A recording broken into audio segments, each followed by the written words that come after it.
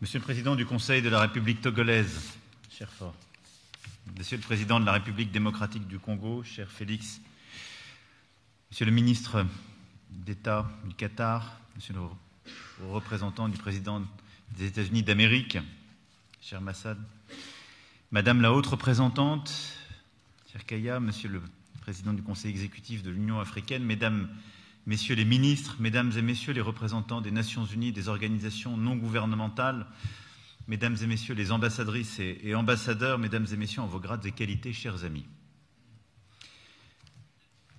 Le président de la République démocratique du Congo et le président de la République togolaise viennent d'avoir des mots très forts pour dire combien nous ne pouvons pas nous demeurer des spectateurs silencieux de la tragédie qui se joue à l'est de la République démocratique du Congo et qui impacte toute la région des Grands Lacs et des pays représentés ici par leurs ministres que je salue, le Rwanda, le Burundi, l'Ouganda, la Tanzanie.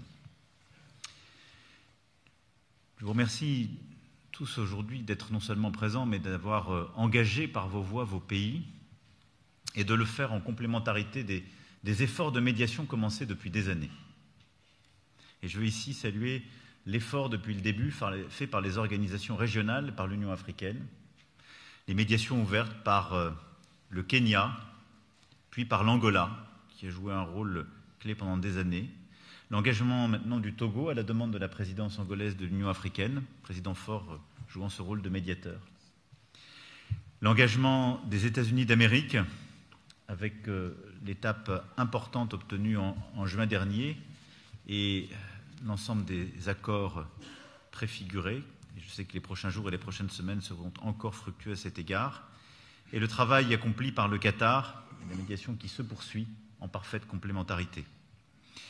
Notre réunion d'aujourd'hui, la mobilisation collective autour de cette conférence, vient s'intégrer en synergie complète, en transparence et en sympathie avec toutes ces initiatives pour apporter sur le plan humanitaire un complément essentiel à ce travail politique, sécuritaire, économique qui sont traités par ces conférences, mais pour traiter au fond de l'urgence et de l'humain. Les Kivu principalement, mais aussi l'Ituri et d'autres territoires portent aujourd'hui les stigmates d'un conflit ancien qui s'est accentué depuis plus de 3 ans et qui s'insinue dans les foyers, qui déchire les communautés et use les espérances depuis trop longtemps.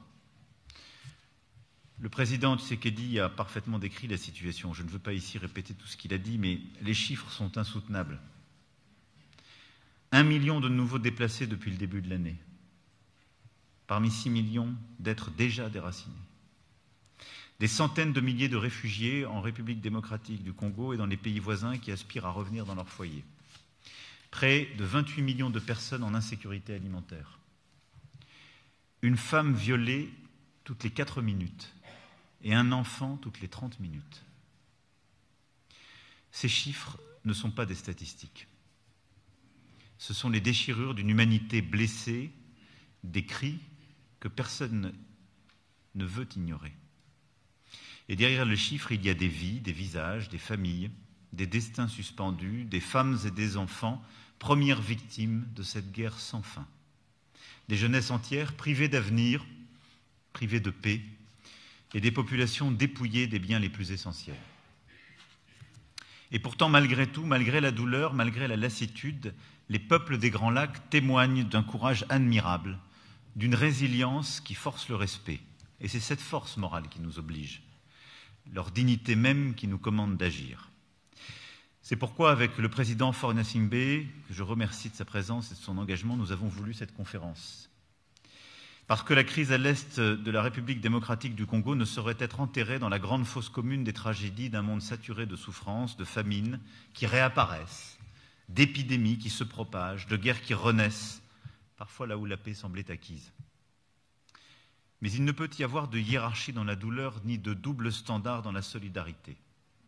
Et la singularité de cette crise ne doit pas s'éteindre par désespoir, mais devenir plutôt le point de départ d'un sursaut collectif, celui auquel vous venez de nous appeler. Monsieur le Président, cher Félix. La guerre à l'est du Congo interroge en effet notre conscience, non pas là-bas et loin, mais ici et maintenant. Elle engage notre humanité, car c'est aussi là, dans ces terres meurtries, que se joue le respect du droit international, de la dignité humaine, de nos valeurs communes, de la crédibilité qui est la nôtre, comme nous sommes à juste titre si engagés dans tant de conflits. Et aucun d'entre eux ne peut justifier que nous puissions nous détourner une seconde de ce qui se joue aujourd'hui dans les Grands Lacs. Je veux ici resaluer tous les efforts faits par la communauté internationale et les médiations, redire aussi combien les Nations Unies se sont mobilisées, y compris cette année encore, avec des résolutions précitées par mes deux collègues, en particulier la résolution 2773. Et je veux redire à nos amis congolais et rwandais combien les pas qu'ils font vers les uns et vers les autres sont essentiels, courageux et indispensables. La paix ne peut se construire que dans le dialogue, dans la volonté, dans le courage, mais elle ne saurait être durable si les populations en sont absentes.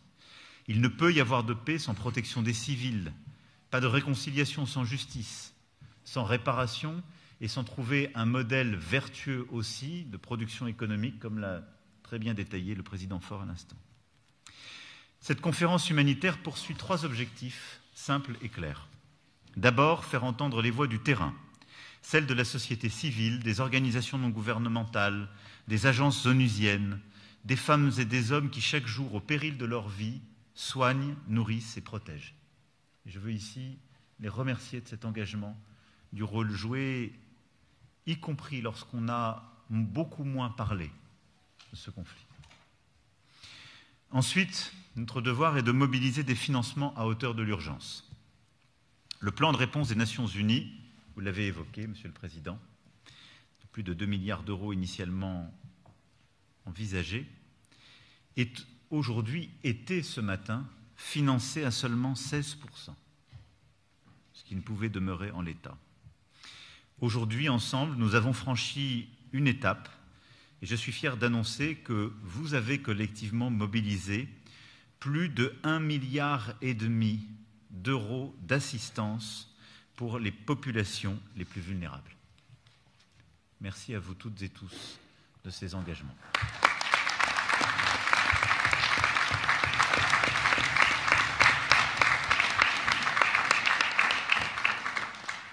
Ce seront des médicaments, de l'alimentation, mais aussi, et le Président y tient beaucoup, à juste titre, des capacités redonnées aux populations de rebâtir leur quotidien, de retrouver leur autonomie alimentaire et économique, de pouvoir retrouver une activité qui stabilise ce qui est le cœur même du travail des humanitaires.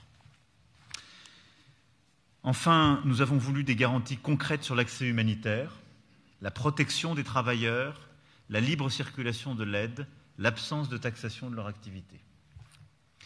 Des voies, des moyens, des résultats, voilà les 3 piliers de notre engagement. En disant tout cela, je veux saluer avec beaucoup de force le courage des humanitaires, ceux qui documentent les crimes, pensent les blessures et redonnent espoir, ceux qui, chaque jour, prennent le risque de leur vie pour sauver celle des autres. 13 d'entre eux ont été tués depuis janvier. 13. Et en me félicitant de l'aide mobilisée aujourd'hui, je veux dire à leurs proches, à leurs équipes, notre reconnaissance et notre solidarité. Nous devons protéger ces femmes et ces hommes comme on protège un trésor d'humanité. C'est le droit international qui nous y oblige. C'est notre devoir moral et notre dignité qui nous y conduit. S'agissant de l'accès humanitaire, je veux aussi annoncer ici qu'à l'issue de nos échanges, et pardon de vous avoir fait un peu attendre, nous avons acté, d'œuvrer dans les prochaines semaines, à la réouverture de l'aéroport de Goma pour des vols humanitaires 2 jours de petit gabarit, compte tenu des contraintes logistiques. Ces accès sont indispensables, ils seront faits dans le respect de la souveraineté congolaise, afin que les premiers vols humanitaires puissent reprendre sans délai, et ils seront également complétés par des corridors humanitaires et des accès humanitaires, par exemple aussi ceux venant depuis le Burundi.